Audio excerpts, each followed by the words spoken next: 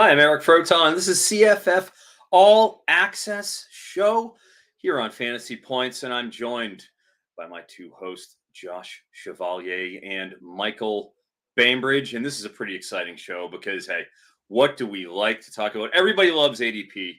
And since we've been doing these Champions League best ball drafts that we have referenced innumerable times on this particular broadcast, we figured that since we're currently in the midst of the fifth draft out of 12, having 4 drafts under our belt, one every 2 weeks, that's pretty much a full 2 months that we can go through in terms of data to parse. So that will be our show today. We're going to go over ADP risers and fallers. But first, let's talk about Josh Chevalier first. Never got a resolution last week. We need to know, Josh, why are people who are drafting Arch Manning with the expectation that he could compete and or take over the job from Quinn Ewers, why are they fools, Josh? Why are we fools to think that Arch Manning can take over Quinn Ewers for this Texas job? Yeah, I mean, you're not a fool if you're just looking at purely the talent of the players, but I think you got to take into the context the coach.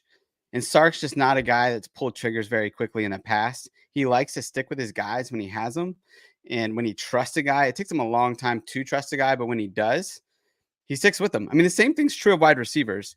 This guy likes who he's got. And I just think unless Texas completely craps the bed in the first 4 weeks of the season, that we're just not going to see a bunch of Arch. If not for, they'll put him in during garbage time. They're going to play, they said, I think 80% of their roster over the first 4 weeks because they want to save their guys for the end. So Arch will certainly get playing time, but Quinn's going to be the guy unless he just can't hit the broadside of the barn, which, we all know that's possible after we saw him miss a ton of deep balls last year.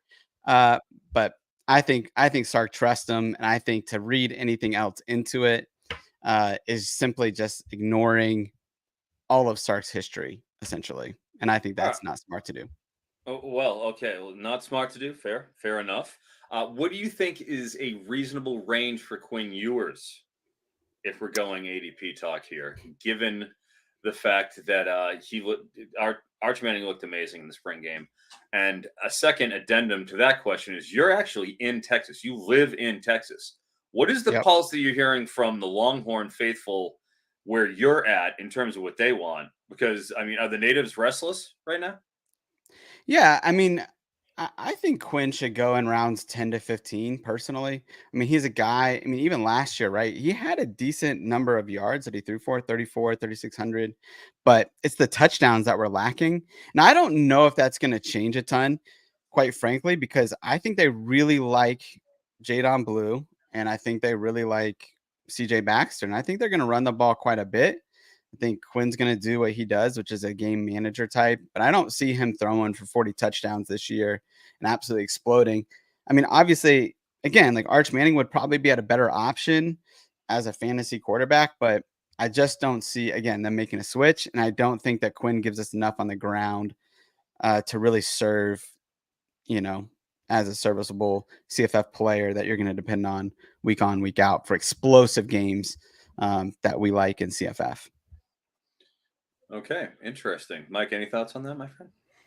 No, when Josh talks Texas or Miami, I just kind of sit back and listen because outside of Texas fans, nobody knows more about Texas in this space than Josh. And outside of Miami fans, maybe even as much as Miami fans, nobody knows more about Miami than Josh. So I don't know. Quinn Ewers, I'm looking at the ADP right now. He's going 13th round where Josh said between 10 and 15.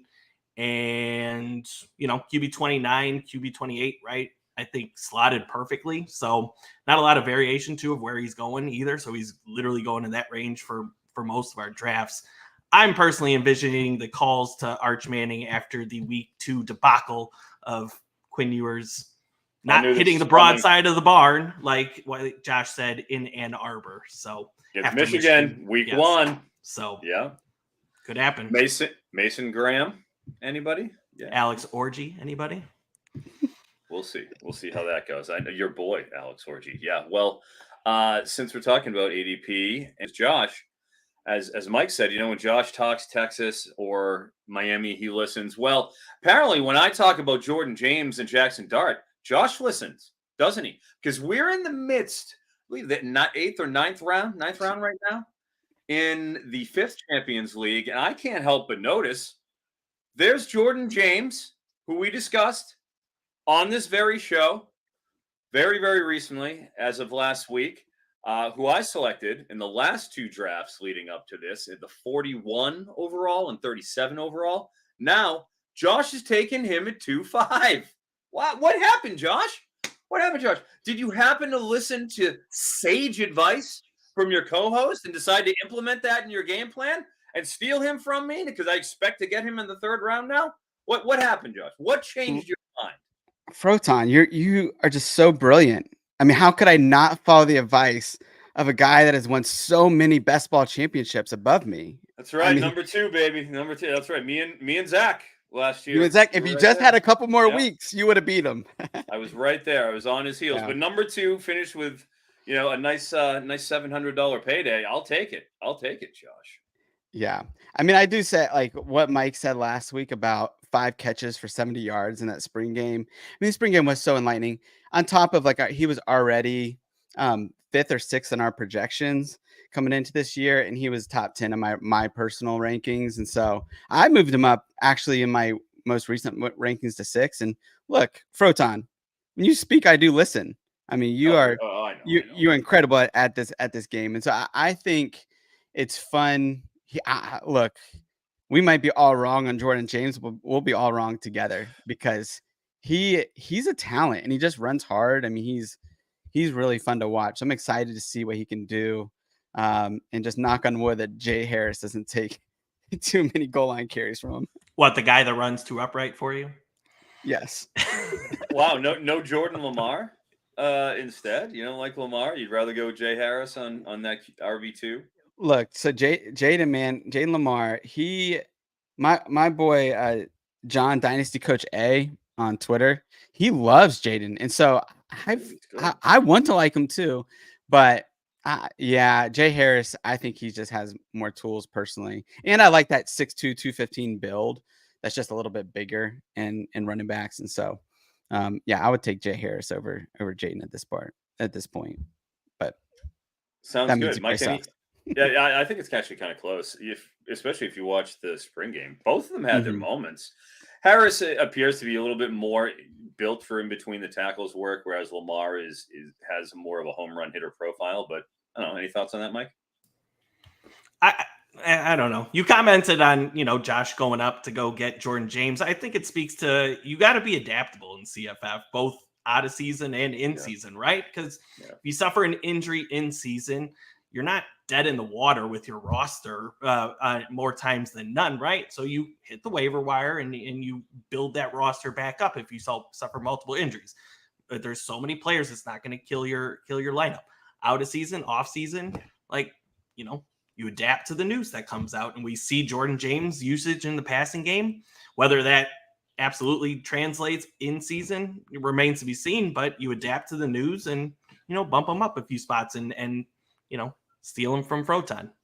and as Josh said, I didn't expect to be channeling Billy Joel, who is touring the United States right now. I saw him at Petco Park where Sting opened up for him. But as Josh said, if he goes down, we all go down together, which is a familiar refrain from a famous Billy Joel song. And we will all go down together.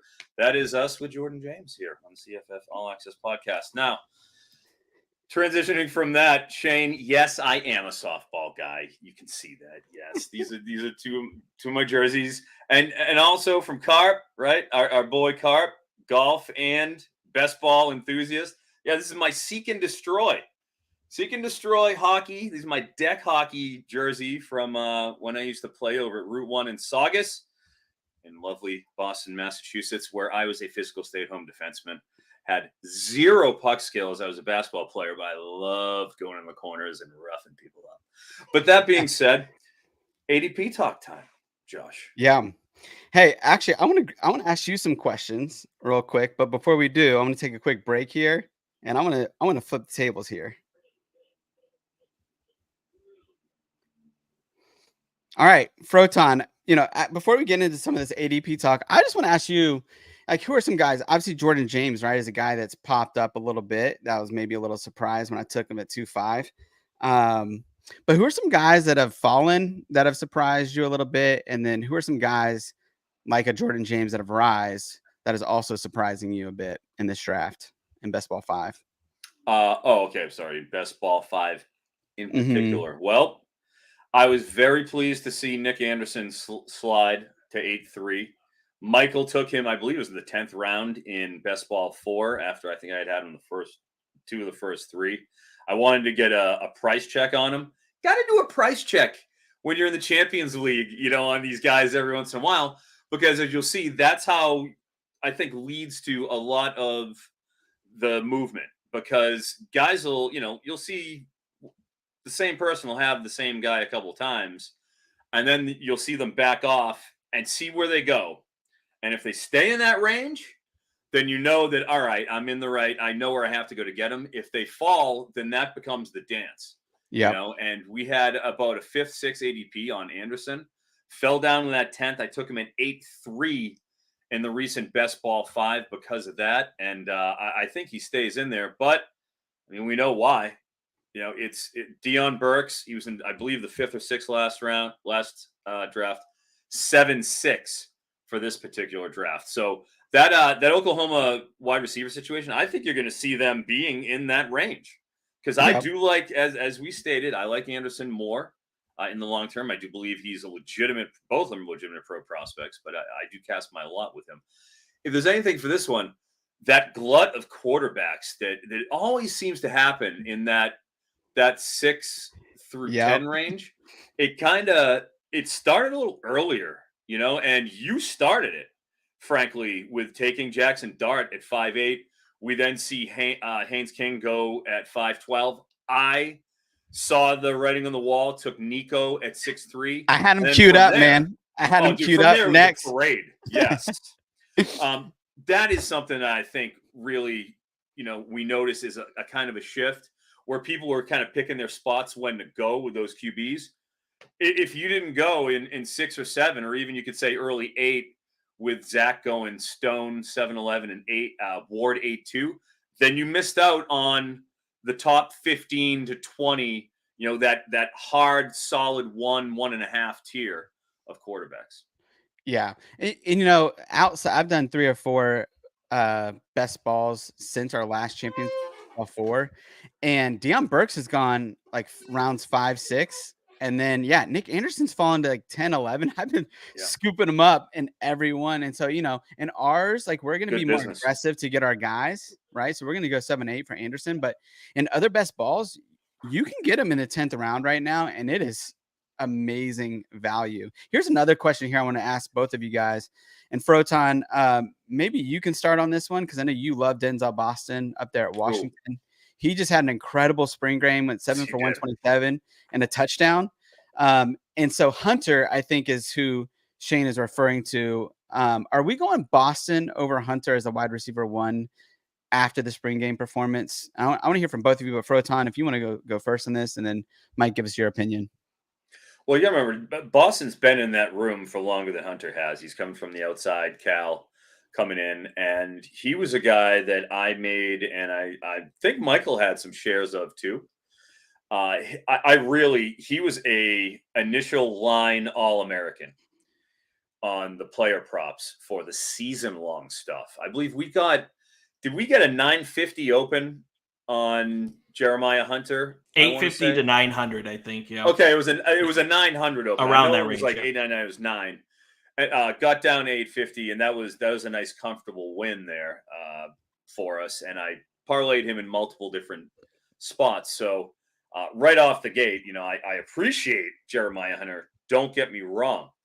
That being said, with Boston, we heard a lot of ramblings about him last offseason. This isn't something that is a one-off from the spring game. He has priors. We heard about him in fall camp. Said this Denzel Boston kid is next. He's a full-grown man, ready to go, but he has to work in behind 3 NFL top 4-round caliber wide receivers. You have a top 10, you have a top 35 in Polk, and you have a top 100. I believe he's right around that 100, maybe a little above it for McMillan. Maybe he's 110, 115. So, I mean, just an absolute comedy of talent in that room. That okay, he had to do his time. So it's not like it's a ding he didn't get in. Giles Jackson was the nominal, number 4 who would really work in. But look, you saw what reality was once Boston got out there, and we saw what Brennan intends to, excuse me, not Brennan, Jed Fish intends to do with him over there in Washington, which was ply him with targets. His body control is there. Made nice catches at the 3rd level, the 2nd level. Gave him a manufactured touch. It's like we saw a pretty wide route tree, and he won both with the ball in his hands and at the catch point. I think it was just a sensational performance that built on everything good that we heard in the 23 fall camp. I like what I saw from him, and I kind of think that, especially at ADP, he wasn't drafted in any of the first 3. Zach took him in I want to say like the 270s last draft. Here we are. I'm going to be targeting him in round 15 to 20. Like, he is going to go from undrafted to, I think, the late teens. And I like him more than Hunter, and Hunter's going in round 8, 9. I mean, I can't help it. I'm not a Hunter guy. Yeah, and real quick before you answer, Mike, one of the things about Boston in that game, in the spring game, that was incredible, was his ability to fight off a press coverage and use his hands, and then to create separation. It just jumped out, and that never jumps out on tape to me, really. But just his ability to do that, and then creating 2 or 3 yards of separation on his deep routes. I was like, man, he doesn't even look that fast. I know he runs a 4.4, but he's kind of a long strider. Yeah, but he's fluid. He's fluid in his movements and the body control. He made some, he's contorting to, he's running one way, contorting to the opposite way and catching it. You saw a couple of those, and man, I mean, that's running is one thing, but adjusting, I mean, everything, ball control. I was extremely impressed. So Yeah. I have a hard time. It has to ding Hunter, because it's not like I'm chasing down Washington heading into the Big Ten post Kalen DeBoer and Ryan Grubb. Look at the factors we have in play here. Total changeover of staffs. In comes Will Rogers from Mississippi State. There's just a lot of things, headwinds that Washington has with the increased schedule, the tougher schedule, the Big Ten, all these things. I can't expect the level of chemistry we saw from the unit they had last year. You can't project that. This is a different team in a much tougher league. I'm not going after Washington wide receivers. I need to get a good deal on them. I feel like late teens, early 20s for Boston, and probably around the same thing. I think they're probably about even for me. Yeah. Mike, what do you think, man? I've already made the switch to Boston as wide receiver 1. I guess to piggyback off that point, you obviously got a raw deal for Jeremiah Hunter drafters, drafting him top 6 to 10 rounds most likely. But you look back, Jed Fish back in Arizona, the wide receiver 2 got 100 targets the last 2 years, right? Over close to 25% target share for the wide receiver 2 there. So I don't think Jeremiah Hunter's drafters, you're dead in the water here. I think he can still be an adequate wide receiver on your roster and probably give you a few weeks. And let's be honest here, while I've made the switch to Boston as wide receiver 1, he looks like the wide receiver 1 in the spring game. Nothing's written in stone at this point, right? It could still end up being Jeremiah Hunter. So I think there is hope that Hunter still has value because of this system and how the wide receiver 2 is done. I know they added Washington, Kevin Green Jr. from Arizona to add some depth to that roster. But let's be honest, besides Boston and Hunter, you got a journeyman in Giles Jackson who really hasn't done anything in his career. Kevin Green, just a slot guy. Just a slot guy. Kevin Green hasn't produced up to this point. Some like him, I know.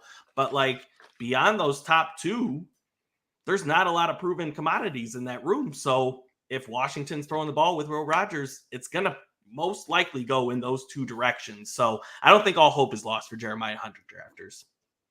Yeah, and I will say Zach wanted me to bring this up because he wasn't going to be on the show tonight, that Jeremiah Hunter in the scrimmage before had 3 touchdown catches. And so, again, it's not like he's a complete loss. I think what you said, Froton, like they can be pretty even. I've made the switch to Denzel Boston as the wide receiver 1. I will tell you 2 things, Froton. 1, you're on the clock in the Champion Series Best Ball 5.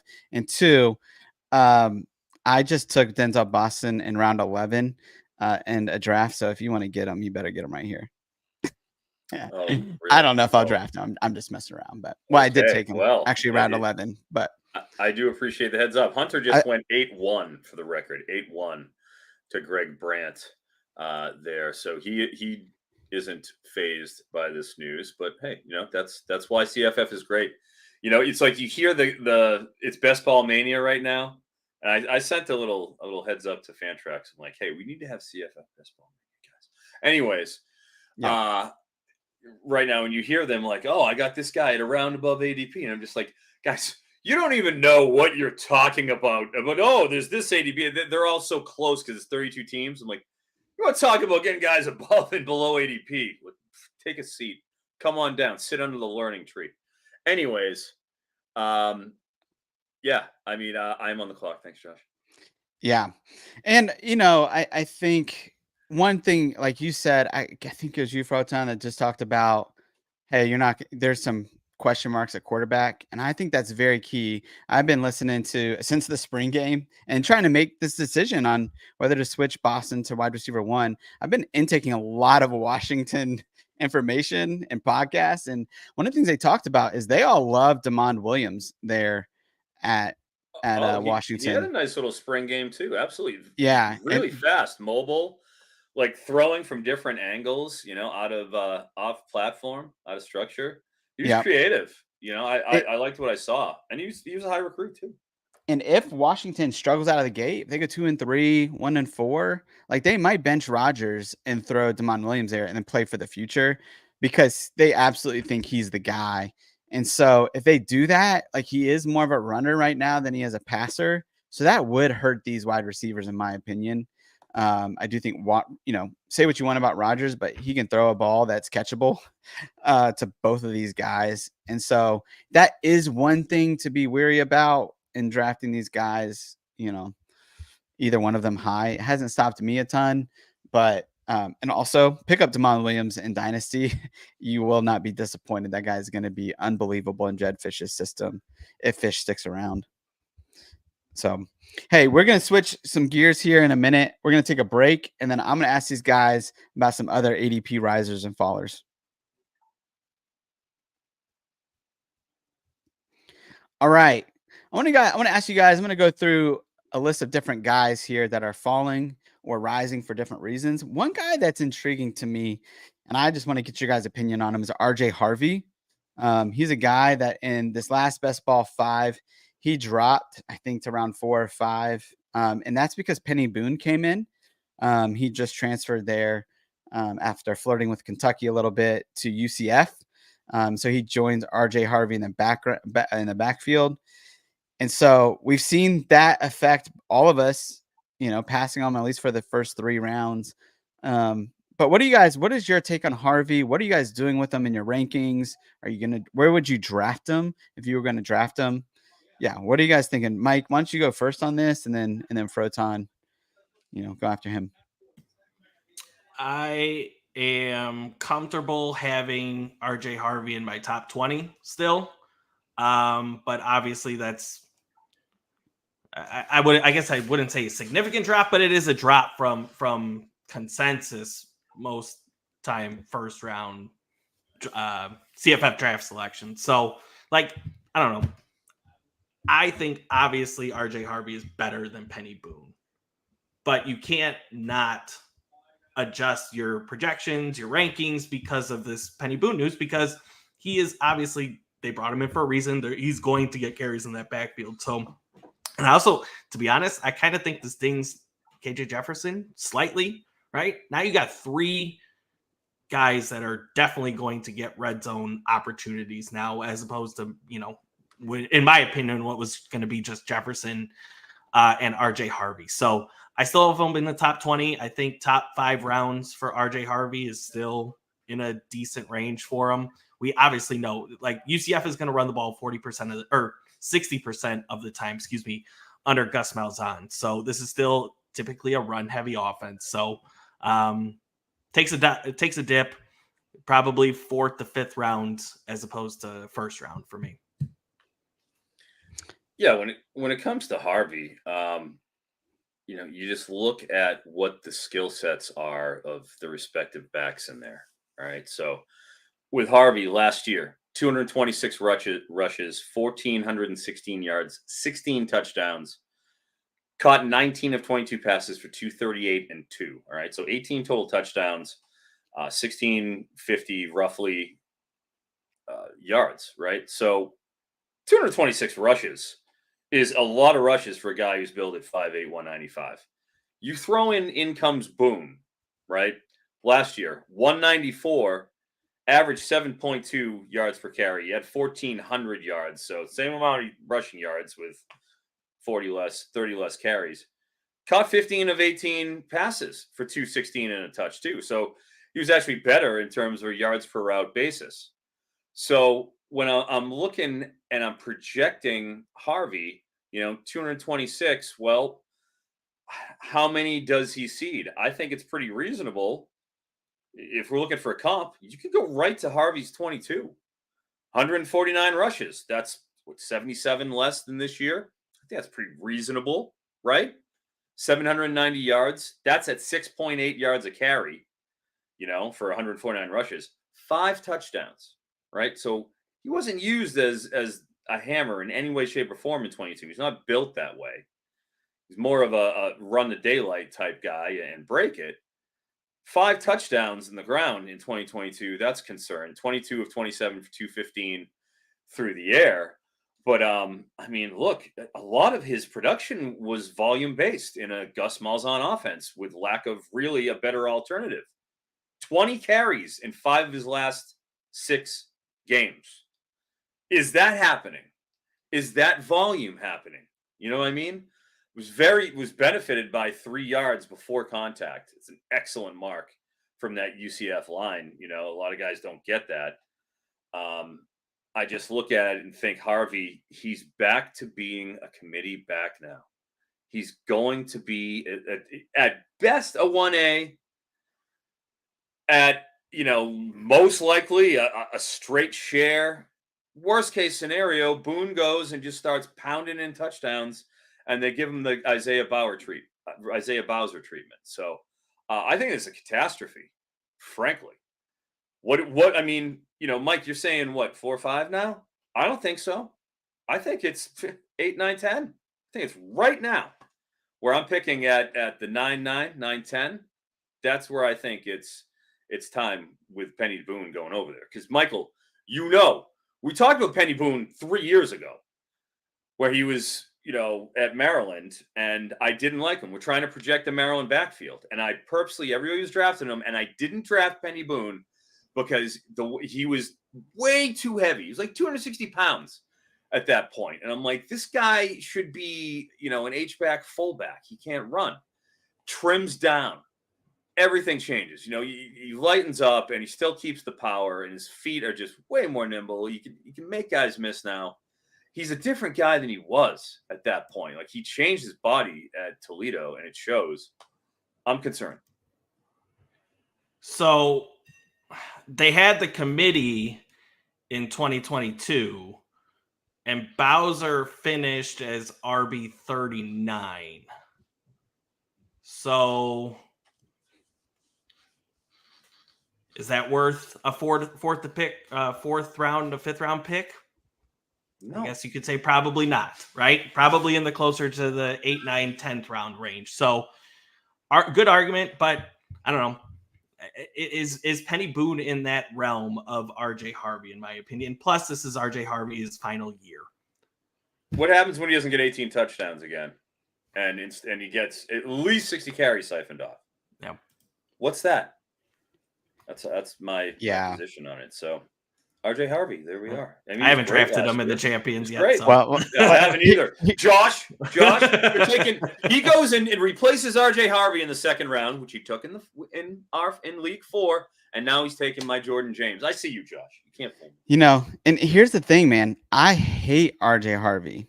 And I hated him for this entire offseason. And yet he like fell. And I was like, okay, he's got some value in the second round, falls to me. And now I'm The just bell like count of hating ECF life. has value. Yeah. Hating life now. And just like it's nothing worse than drafting a guy you don't even like. And then you get punished for it. I drafted Penny Boone in Best Ball 3, and I don't even like him. Like, it's like two guys that I just never go after, and it just happened in these 3 of these 4. So the market. Yeah, I'm hating life, man, right now. I haven't done a deep dive into this, but I am really curious as to how many running backs get that consistent 200 carry season, like back to back. Like the best example that I can think of, and this is, I don't know, this I wasn't planning on talking about this, but Marquez Cooper is going for 4 straight 200 carry seasons. Like, that's unheard of in college football these days. And I don't think it happens a lot with back-to-back 200 plus carry seasons, right? So I don't know. That's just a thought here, right? Is that this doesn't happen too often, and do these guys want to put that kind of wear and tear on their bodies when they have potentially an NFL future? So please, I'm not worried about the NFL future of RJ Harvey at $1.90. You read my mind, Froton. You read my mind. I got another question for you, Froton. I'm going to transition here a little bit to Justice Haynes. I mean, he's a guy that early on in these best balls, you were taking him, I think, pretty early, rounds 4, maybe 5. And now, I'm guessing since the spring game, he's dropped a little bit. He dropped around 9. I think he's maybe still on the board right for us. So I just want to hear from you. What are you doing with Justice Haynes right now in his fall? You still think he's the guy in the backfield? Are you questioning? Yeah. What are your thoughts? Yes, he is still the guy in the backfield. That being said, I think it's obviously a reaction to the spring game where Jam Miller had some nice moments. They, shared work. We've seen a propensity for Kalen DeBoer to have a bit of a committee approach, but hey, I mean, we looked at Ronnie Rivers, when he was in Kalen DeBoer's offense at Fresno State. We saw what happened last year with Dylan Johnson. He picked the best guy. I know Justice Haynes is the best back in that backfield. I can tell you why. All right. True freshman last year. He didn't have enough exposure. He played in 6 games, had more over the last 3 games. He had about 30, I think he had 18 carries, but 25 for the year, 25 carries, 168 yards, 6.7 yards per carry, 2 touchdowns, 80th percentile rush grade, 3.8 yards after contact, 91 elusiveness grade. Pretty good. Fine. Totally fine first year numbers. That's solid. Just from a grade standpoint. And he's young. You go to Jam Miller. Okay, this is year 2 for Jam Miller last year. 41 carries, 201 yards. Okay, 4.9 yards per carry. Are you kidding me? He can't average 5 yards per carry behind the Alabama offensive line. Delightful. Okay, let's go to his advanced numbers when he has to dodge tackles. Okay, 2.9 yards after contact. If you're under 3 yards after contact, you are in the bottom 20th percentile of FBS rushers from a breaking tackle standpoint. That is a terrible, terrible mark. 71.5 elusiveness rating. That's a full 20 bips below Justice Haynes and a 69th percentile overall grade. I watched the game. I watched it up and down. Justice Haynes is the guy. I took him like the 5th round, I think twice, right around that.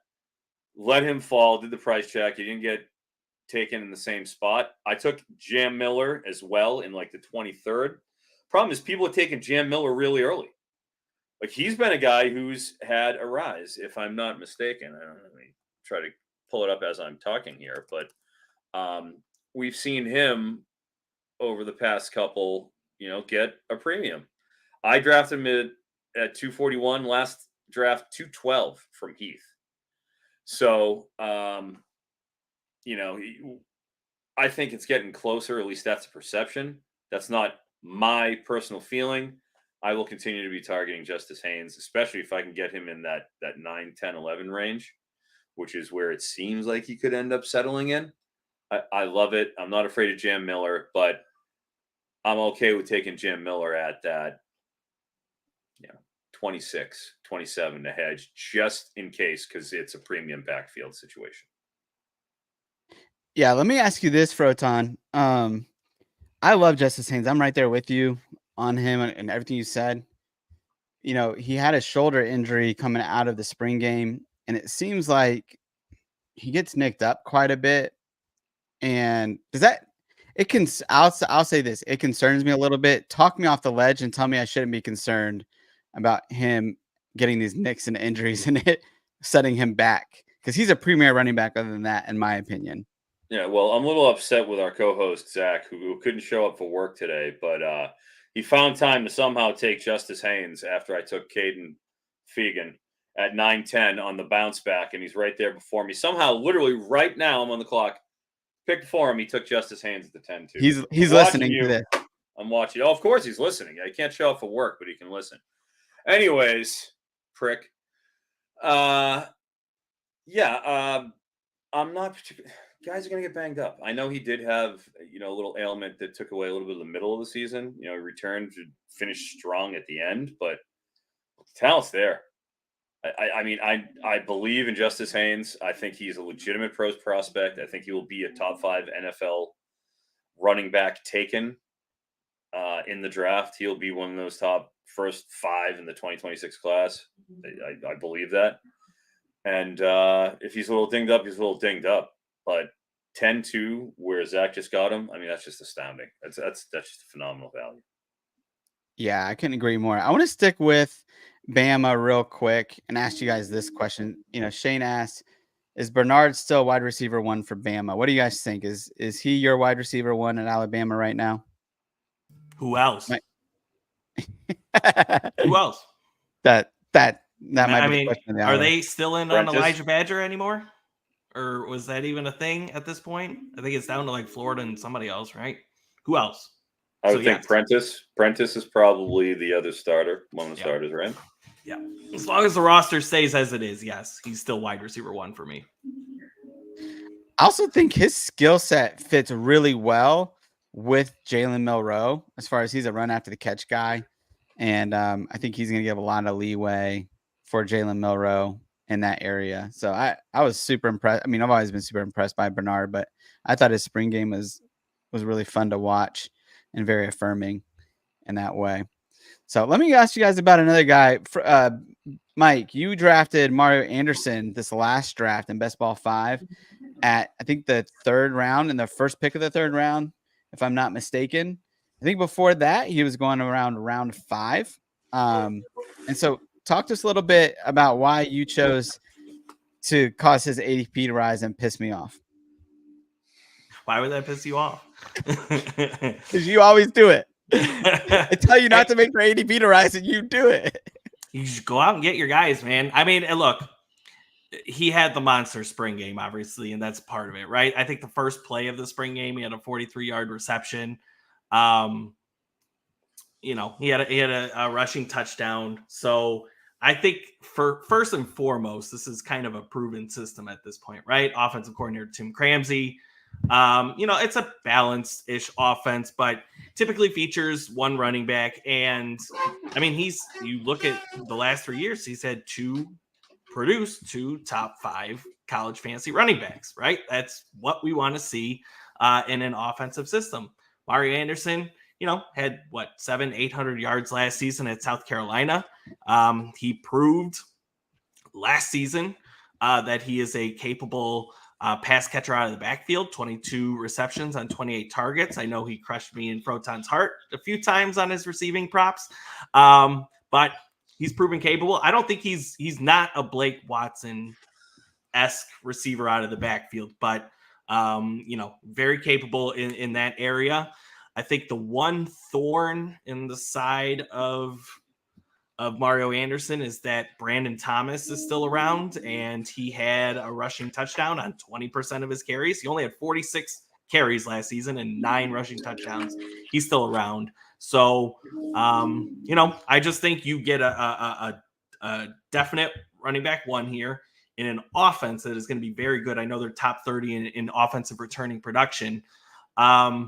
And, especially in PPR formats, this is a system that is proven to feature their running back one in the passing game. So, yeah, I'm in on Mario Anderson. I have him RB8 right now in my rankings. So, yeah, Froton, where are you at with Anderson? Oh, yeah. I mean, it's hard not to like the Memphis offense in general, just how they have operated over the last decade plus. I mean, they crank out fantasy production. They hire from within. Silverfield, former offensive line coach there, just keeping it rolling with Johns. I mean, Hennigan back, Rock Taylor back, Blankensee back. It's a fully formed unit, very projectable. If there's anything that we value in these earlier, the premium rounds, it's just, I want to know what I'm getting out of you. You're getting a potent offense. You could check that box. You're getting it. They're going to be an alpha in the AAC. Anderson, very productive. Maybe Thomas is an issue, but I feel like he had his turn, and they tossed him to the back. He could have been the RB1, and he hasn't had the opportunity to do it. He hasn't rested from anybody. He hasn't grabbed the brass ring. So I'm Team Anderson as well. It's a logical climb. Yeah, I mean, I think Anderson, yeah, he's going to be a stud in this offense. I mean, you see what he did in the spring game. He's a guy that I think for me personally, I just wanted some confirmation from spring ball that he was taking the reins in that backfield. And I think it's clear coming out of the spring game, what other people are saying about him, that he's the guy. Oh, we got a comment in the chat. Zach, thanks. He is here. He did snipe you, Froton. He literally took it right before me. Right before me. So I had to take Jake Brinning's stool. So I'm a stoolie. Fine. Dude, I love that. So be okay. Well, it's fun to see where everybody's at on Anderson. Hey, I have a couple more guys I want to ask you guys about as far as ADP, and then I want to get some closing thoughts on, we've now done 4 best balls. We're in our 5th. What's changed in our mind from this conversation from the last month. But I want to take one last break, and then we'll get into that last conversation.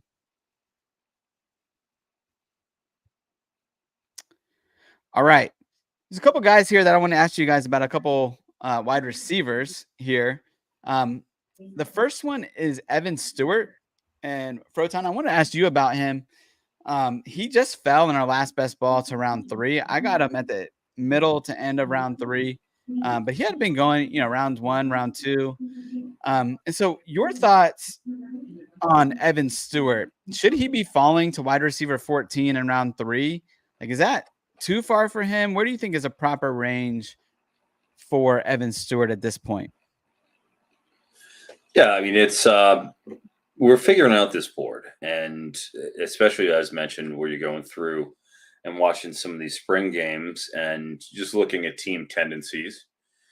With Stewart, we're expecting him to fill in, obviously, the Troy Franklin role, and it makes a lot of sense. And I have drafted him and certainly advocate that it's a safe, high floor option here in the Oregon offense. And a lot of wide receiver drafting is avoiding just simply bad performance at the top, just certainty, the ability to bank on. I feel good about Evan Stewart at 65, 70, 1,000, and 9. Call it. Maybe you don't get to that 10. You get 9 at least. I feel like that's a pretty bankable season for him. But look at his numbers. It's hard to justify taking Stewart over Tez Johnson, seeing how it's already been done. He's already fit in there. You already know he's going to be that dangerous, slippery, just lethal slot where he's just gashing you by 1,000 cuts. He's going to get a huge volume. The system is plug and play. They've got Phil Knight money. They bring in the talent. I mean, everything's there again. With Stewart, you got to remember, obviously it was just a disaster with Connor Wegman getting hurt, and then Max Johnson can't throw outside the numbers, and because of that, Michael and I targeted Evan Stewart and, frankly, Texas A&M receivers a lot in our props because show me. He had these astronomical week after week prop numbers, like in the high 80s, and it's like, man, this. Even if he gets the volume, he just can't complete the passes, Max Johnson. So it hurts his productivity. And then you look at, with his productivity on contested catches. I mean, 4 of 12 last year on 59 targets. 12 of them were contested. And when you have poor quarterback play, it makes it that much more difficult when you don't have the elite separation to be able to make those plays on the ball. Didn't break a single tackle last year in 38 receptions. Again, I know he was banged up a little bit too, because definitely there was an element to Stewart working through some bumps and grinds. Could have played maybe through those injuries. Yeah, it's fair. It's fair. There's definitely speculation, and it was the Jimbo regime. It was a complete catastrophe there. All those factors, they're in his favor, where it's like, yeah, this explains a lot. That being said, 10% drop rate last year, 15% drop rate the year before. Would like to see that be a little bit better.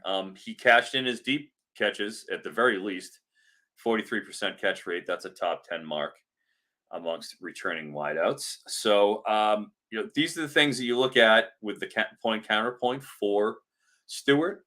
But given the overwhelming pedigree, the 5-star talent, he did have a pretty darn good freshman year in spite of, again, injuries and just ineffective play calling. Going to a premium system where it's a plug and play, you know what you're getting out of him. It's hard not to like him, but you know exactly what you're getting out of Tez Johnson. There's no Jurian Dickey looking over Tez Johnson's shoulder. You know what I mean? There's going to be a Jurian Dickey working in behind or alongside Stewart and Trayshawn Holden. So that's how I feel about Evan Stewart. I think it's probably justified. I was a little probably bullish on him earlier. Took a more sober look. I think late 2 is fair because you still got to bake in the certainty of the system, of the legacy, and where he plugs into that premium X role in the Oregon offense. Bainbridge, your thoughts? No, just echo that I like the certainty of Tez Johnson. And I was just kind of looking back, and I don't know the intricacies of football enough, but I thought it was curious that I think 3 of the 4 seasons that Dylan Gabriel has played quarterback, that his wide receiver 1 has been a slot guy. Maybe something to that. Maybe not. Just throwing that one out there. So thought that was kind of interesting, which obviously would be in favor of Tez Johnson there. So. Yeah, that's really good. Hey, speaking of a guy that's played in the slot a little bit, we got Eugene Wilson. He's a guy that I want to talk about with you guys. I mean, he's a guy that early on in our best balls. Sore spot with me on this one. Hey, well, we're going to talk about this round 6 early on, and he's now up to round 3. I don't even know. Who took him early on? I don't know. Nobody on this podcast. Oh, what? I can't believe you, Michael. You're gonna take him from me too?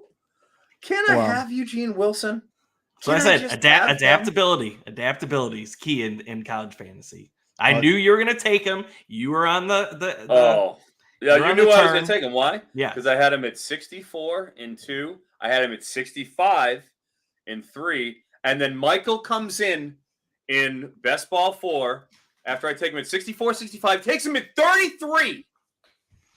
So I will ready explain. to take him at my next pick after you. I was taking him at that next pick, and you weren't having it, Bainbridge. Damn you! This is how you win best balls. Damn you! This is how you win best balls and piss off your friends. There you go. Bainbridge, tell us about Trey Wilson, man. Why'd you snipe Froton? Well, I mean, again, it's kind of the same Jordan James factor, right? Obviously, the spring game sticks out. 8 catches, 128 yards. It's really that Billy Napier quote of like, "Hey, we are going to feed this guy."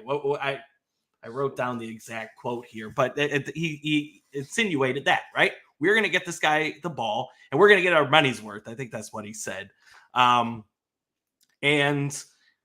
I don't know the situation with the Chimere Dike, the Wisconsin transfer. I know they're in on Elijah Badger. If they don't get him, I'm even more interested in Eugene Wilson, just because it seems like that wide receiver room is lacking beyond that.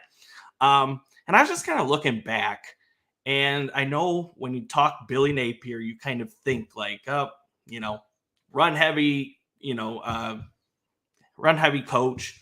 Usually uses a running back by committee, but you kind of look at it as his wide receiver production. It was bad at Louisiana, but when he was calling plays at Arizona State, he had N'Keal Harry had close to 30% target share that year. I had 120 targets in 13 games. I think he finished as a top 20 receiver, maybe close to top 10. I don't have that offhand, but he has at least once in the past, probably multiple times, produced a top level receiver like that. And this is kind of the hypothetical talking point, but let's be honest, if you want to keep a guy like Trey Wilson around, not only are you going to have to fork over the funds to keep him around and get your money's worth, but like you're going to have to feed this guy. So I believe Napier when he says we're going to feature this guy early and often. I guess my point, and I think Eric will probably speak to this too, is that the very low ADOT and the very low yards per catch average would be the concern of drafting him this high. I would say definitely in a half point to full point PPR format, you can go up and take him that high. Non-PPR, for anybody that plays that still, probably wouldn't go up to the 3rd round to get him. But full point PPR, I think 3rd round, you're justified in taking him that early. Who would you rather have as a 2026 NFL draft eligible wideout than Eugene Wilson? Josh, I can't speak to Debbie. Yeah, not much. I mean, I just put him up to my wide receiver 6 overall in Debbie this last week. I mean, here's for me. You spoke to ADOT, Mike. They're in a lot. In that spring game, he was catching bombs. And I think it was Ricky Pearsall's presence that made them, more feature him underneath. And now that Pearsall's gone, I think that Trey Wilson is going to have any role he wants in that offense. And he is unbelievable. I had questions about whether he could go deep. He answered those and more in the spring game. And you see it on his tape as well from high school. So first, and I'll let you take it from here, but I want to say that because I don't have those concerns anymore about ADOT. And with what he's currently doing. Yeah, he's my number 1 from that 26 class. I think he's absolutely ridiculous. And the NFL is just going to fall in love with him. And we're going to be treated to, in 2 years, all the NFL guys are going to be jockeying over who's first on Trey Wilson. And we're all going to sit there and have to vomit our way through it again. By the time NFL draft season is over, I'm ready for any NFL draft season. And we know you'll let them know about it, Eric. Oh God! I haven't done. I can't even do that anymore. It's just, I just want them to play. Just play. Hey, show me. Yeah. How insane is that 80%, 86% catch rate on 70 targets and 0 drops? And if you watch some of the catches too, yeah. Oh my gosh, he's so good. Everything, like you said, the complete package. It's and things you don't want guys who are 6'4" and 6'5". Like that isn't the prototype. It's not Julio Jones anymore. It's like he's everything you want. He's the right size. I'm in. I'm so in on you. I'm the one who's been in. Welcome. Well, what's maddening about last year with him, I mean, remember that Georgia first series that he had when he just dominated and then outran everybody to the end zone, and then they just didn't even feature him the rest of the game. They did that to him several times last year. And again, I think Pearsall being gone is going to change all of that. And I love the quote that you gave by Napier, Mike. And man, when he gets 11, 12 targets a game and he starts getting downfield shots, I mean, he could end up a top 5 wide receiver. I put him in he's my wide receiver 9 in CFF right now. I think we all probably have him in our top 10 at this point. So yeah, he's going to be super fun to watch and to have shares of in CFF. He's definitely a guy that I don't think he's going to be making it out of the 3rd round much anymore in drafts after that performance for sure. Justifiably. Yeah. Hey, so before we get out of here, I want to hear, again, we're in our 5th best ball. I mean, we're 10 rounds in. There are 30 rounds total in those best balls, and so we're good chunk through a third of those 12. Are you guys have any, after this conversation over the last month, anything changing for you guys as far as your strategies or people you like? I mean, we talked about some guys tonight, but anybody that we didn't hit on that you guys want to talk about, or strategies that you want to talk about that I didn't ask the question earlier? Take this one, Eric. I'm on the clock. It pains me to see the Jordan Moore ascent from Duke. I was hoping he'd get back to me. He just went 10-7. What did Moore start at? Where was his starting point? I'm dying to see that. Oh. And where is he now? Nobody. I mean, I'll tell you. His ADP right now is 164. That's laughable. It goes, well, it goes a guy I really like. Then it goes Moore, Mario Williams, Carnell Tate, DeCorian Clark. Are you kidding me? That's the crew that he is in the class of ADP. No longer. Started out at 161, then Mike took him at 182, went 138 last draft to Kyle Francis. I think this is around 120? Around that right here. Maybe a little under 120. Man. Noticeable rise. I mean, one of the true big risers going from 182 to there, and I think he's going to have a major impact over there at Duke. So, I love that call. That's just somebody I'm just looking at right here that just stuck out where I'm like, damn it, I was hoping he'd get back to me. I was hoping I could play the game. All right, I'll wait on Jordan Moore. He'll come back to me. No, he won't. Yeah. Mike, anybody for you or any thoughts about the drafts so far? We've kind of talked about it.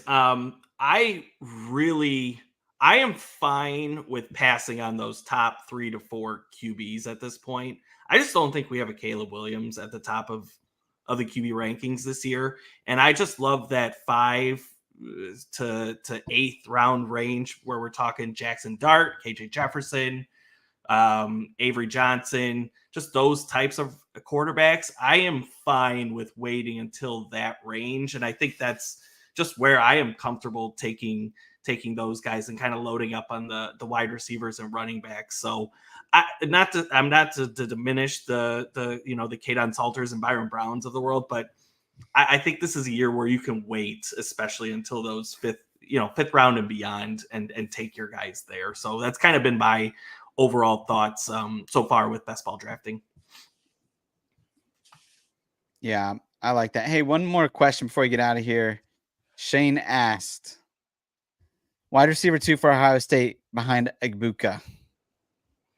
Thoughts? It's been in terms of our drafts, it's clearly flipped to the way of Jeremiah Smith. In fact, we're getting to be right about Jeremiah Smith time. It's like that 12th, 13th round. I think Josh has been leading the charge on that to some extent. I got it. I got it. Shocker, a freshman. Yeah, Josh loves the youngsters, which is cool. I mean, dude, it's Jeremiah Smith.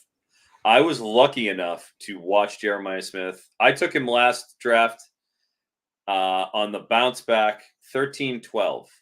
I took him last draft in 4, and he hasn't been drafted yet. So he's going in the 12, 13, 14, 15 range after price correction and the hype got out. I have Carnell Tate in my longtime home league. And I was, initially hoping like, all right, maybe I could keep this guy and look at him as one of my 5 keepers. Nope. Not even remotely thinking about that anymore. I don't think you can take Carnell Tate ahead of Jeremiah Smith. I was lucky enough to see him at the Elite 11 put on an absolute display with, a collection of the best talent in the country in one place, probably one of the few nationwide mega kind of camps that you see.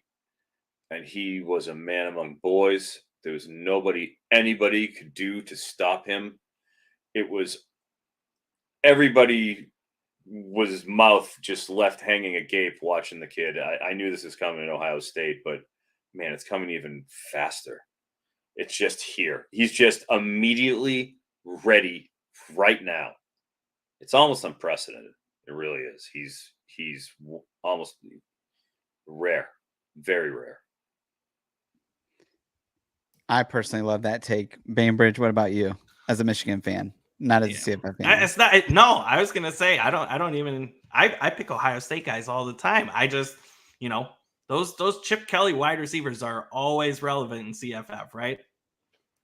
No. Yeah. So I have at it. I'm fine with letting Jeremiah Smith bypass me in drafts. Oh, Chip is saying all the right things about Ryan Day. Okay, he's saying all the right things about what's going on there in that offense, and I'm not worried about him running up the score. We know Chip's just fine with that. That's awesome. Well, hey guys, I had very high expectations for this episode. Like I just thought coming in, like the content, getting to review these best balls that we're all in was going to be good. And this was phenomenal. I had such a fun time chatting it up with both of you guys tonight. And in the comments, I appreciate you guys chiming in and asking questions. And this is really fun. We want more of that. Baylor Bear, you guys are the all-stars of the day. We appreciate all you guys. Thanks, brothers. Yep. And hey, we're going to be back again next week. Hey, for those that are playing best balls, on our site, we have free ADP that we've been collecting. I've personally done over 35 best balls and have been collecting ADP from those with Zach. And so we have all of that on the site. We got trends up and down because all of us, right? Froton, Mike, Zach, we want to see this CFF, our passion, our love. We want to see it grow. And so we're not trying to withhold a bunch of information from everybody. We want to give stuff away for free. And one of the things that makes college fantasy football hard is that the lack of ADP until August. And so we've decided to collect that as much as we can. Ryan Carpenter's helped us out a lot with that by doing best balls. And here we are. We have more data, ADP data in May than we've ever had. And so we're giving that away to you guys for free. You can check that out on our site. And we'd love for you guys to participate in those best balls. There's plenty of $5 best balls on Twitter that you guys can find. And Mike does them too. So it's a good time. Hey, if you like this show, what we're doing, or you just want to support us, you like us, then hey, we would love for you to like, comment, subscribe on these videos and in this channel. And join us every Monday night. We want this to really be a community that expands just beyond, college football. We really want to get to know you guys and to know you guys better. And we're going to be here, at least 2 or 3 of us every week will be here on Monday nights at 9 p.m. Eastern time. And we'll be back again next week with another episode. Until then, do small things with great love.